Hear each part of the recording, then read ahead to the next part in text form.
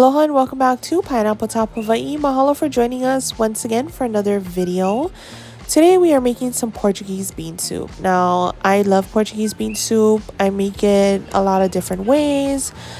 With that being said, it always has the base of flavors, greens, sausage, sometimes homemade sausage. So whatever we have, we usually throw in. It's just like fried rice or any other dish in Hawaii because we always use what we have. We don't really stick to a recipe full on.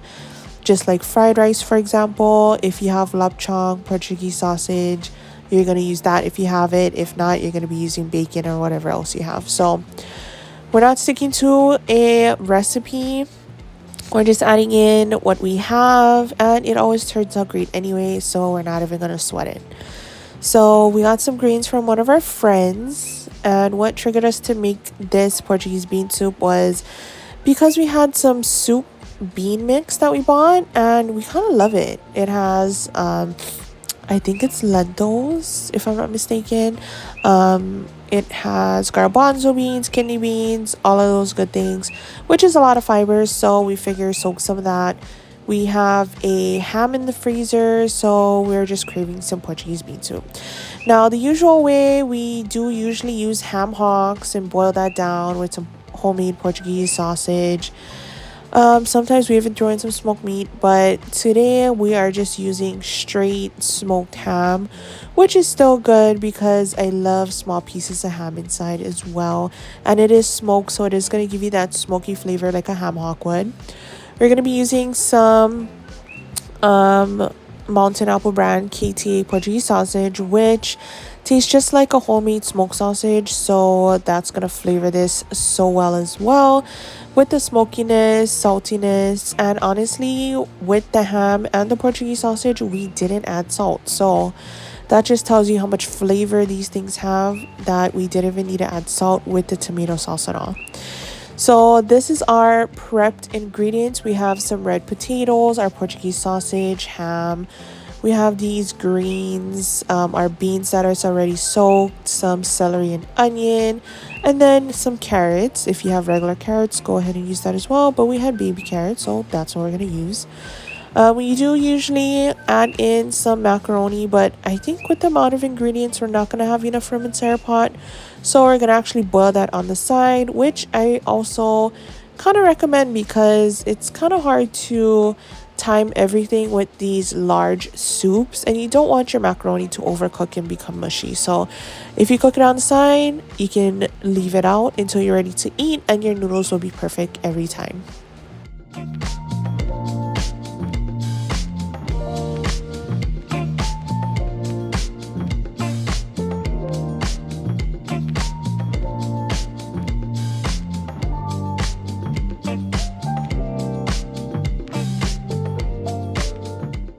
Okay, so we're gonna start off with our ham and our Portuguese sausage. We're gonna cook that down a little bit to get a little bit color, just so it can caramelize with the sugars from the ham. Also with that Portuguese sausage, bringing out some of that flavor and oils.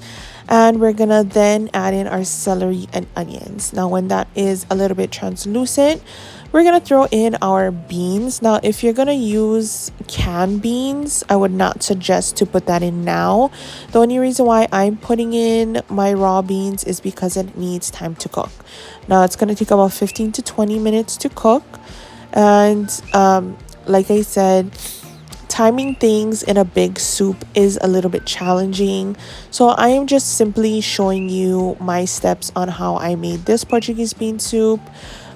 This is not an exact way how I usually make it, and it does take a little bit of time. So if you're looking for an even quicker recipe, I would leave out the raw beans and use canned beans, and then it would take much less time. But because we're using raw, it's going to take about 15 to 20 minutes to cook down. Now I added in the beans with the meat, celery and onions because it's going to give it so much flavor. Now when 15 to 20 minutes pass, your beans should be about 3/4 way cooked. So we're going to go ahead and add in our carrots. Now we're going with the harder vegetable or a heartier ingredient because it cooks longer, going to the softer ingredients. So after these carrots are in here for about 5 minutes, we're gonna go ahead and throw in our red potatoes. Now the only reason why I'm using red potatoes instead of our usual russet is because it does cook a little quicker, which I appreciate, and I want to eat this like right now. So we're gonna add that in. Now after about 10 minutes, 10 to 15 minutes, we're going to go ahead and add in our tomato sauce. Now this is a huge pot, so we're going to add in two 15-ounce cans of tomato sauce, and we're going to go ahead and give that a stir. Now you can see that this liquid in here is already a rich color, and that's because all of that flavor coming from the ham, the onions, the Portuguese sausage. So this is a very flavorful soup. Now again, this is not the exact way I usually make it, so I would advise you folks to use this recipe as inspiration, or just a little way you can see how you can make your own type of soup.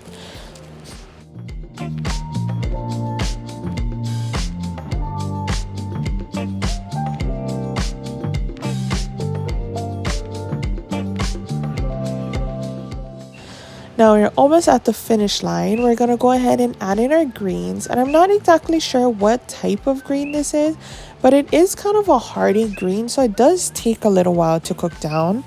I'm thinking it's some kind of local collard or some kind of kale, if I'm not mistaken, but you do not need to add this in if you don't want to. Usually we add cabbage, which takes a little less time to cook, but again, this is what we had. We're going to cook that down, and we found some parsley inside our refrigerator, so we're going to throw that in as well. It's going to give it a fresh taste, which is going to go really well with all that meat, potatoes, and carrots. Now after you add this in, our soup is finished, and it is super scorching hot, so we can put that on the side while we're going to go ahead and boil our noodles.